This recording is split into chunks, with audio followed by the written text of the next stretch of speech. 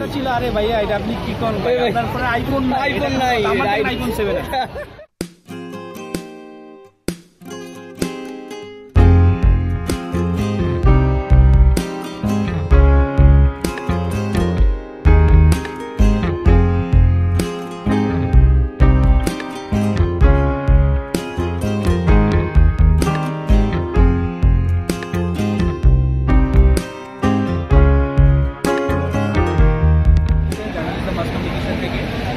গত বছর আমার এমএ শেষ হলো।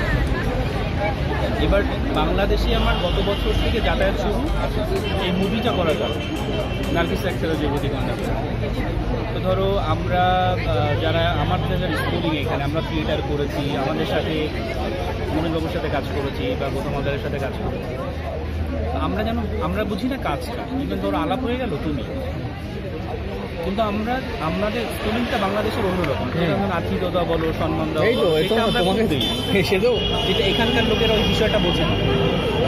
স্বাভাবিকভাবে যখন বাংলাদেশে প্রথম গেলাম, তো আমার কাছে একটা এইচটিসির একটা নর্মাল 720 28G এরকম একটা মোবাইল আছে, তখন এইচটিসি চলতো। হ্যাঁ, এবার এই তো 2 বছর আগের কথা বলছি। আমি বাংলাদেশ থেকে নেমেছি, এয়ারপোর্টে আমাকে রিসিভ করতে এসে ওদের বড় প্রশ্ন হচ্ছে যে আপনার মতন কলকাতায় হিরো কেন আইফোন? প্রসঙ্গটা ছিল, আরে ভাইয়া এটা আপনি কি করেন? তারপরে আইফোন নাই, আইফোন 7 আছে।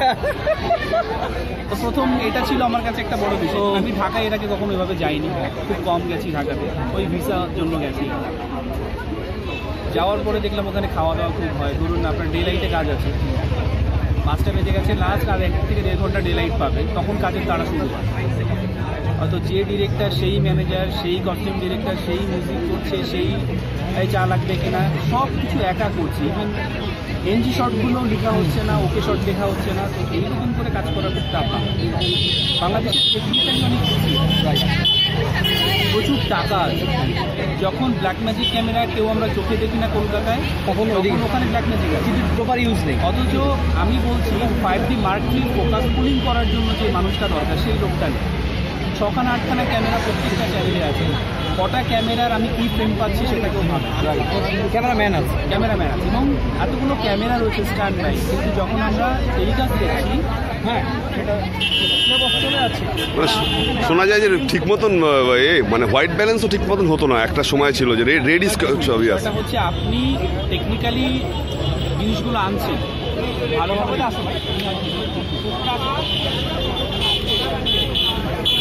এইখানে সেই জায়গাগুলো ব্যবহার করার জায়গার লোক নেই। আমার মনে হয় যে ভবিষ্যতে বাংলাদেশের লোক নয়, কিন্তু আমরা কলকাতা থেকে কেউ একজন গেলেই আমরা তাকে খুব বড় করে দেখি বা বড় করে বলি। আবার আমরা ঠিক বিপরীতে কলকাতার লোকেদের, ইন্ডিয়ান লোকেদের গালাগাল দিই। দেখুন, এখানে আমার কোনো কাজে আমাকে বলতে হয় তুমি মুসলিম, তুমি বাংলাদেশি, কেন এভাবে কাজ করছো, কেন একটা হিন্দু চরিত্র করছো, এসব নিয়ে কোনোদিন আমাকে একবারের জন্য প্রশ্ন করে। সেই কারণে আমি দর্শকদের কাছে সত্যি কৃতজ্ঞ এবং শ্রদ্ধা রাখি যে এই মানুষগুলো সত্যি কাজকে ভালোবাসে। সেই জায়গা থেকে ভালো লাগার জায়গা আছে কলকাতার মানুষদের। মানে এটাই কি আপনার প্রথম কাজ? তো আমার এটা প্রথম কাজ এবং প্রথম কাজ 100 হচ্ছে। আমি অনেক অপেক্ষা করেছি 8 বছর, মানে ভালো কাজের জন্য। ইভেন আমার চলচ্চিত্রের ক্ষেত্রেও তাই। আমার হাতে প্রচুর কাজ, কিন্তু বেসিক্যালি আমার হাতে কোনো কাজ, মানে আমি সেই অর্থে নার্গিস অ্যাক্টরের কাজটা করে আমি শান্তি পেয়েছি। মানে দেখুন, সাহিত্যধর্মী কাজে যেটা হয়, অভিনয় করার সুবিধাটা মেটে অনেক।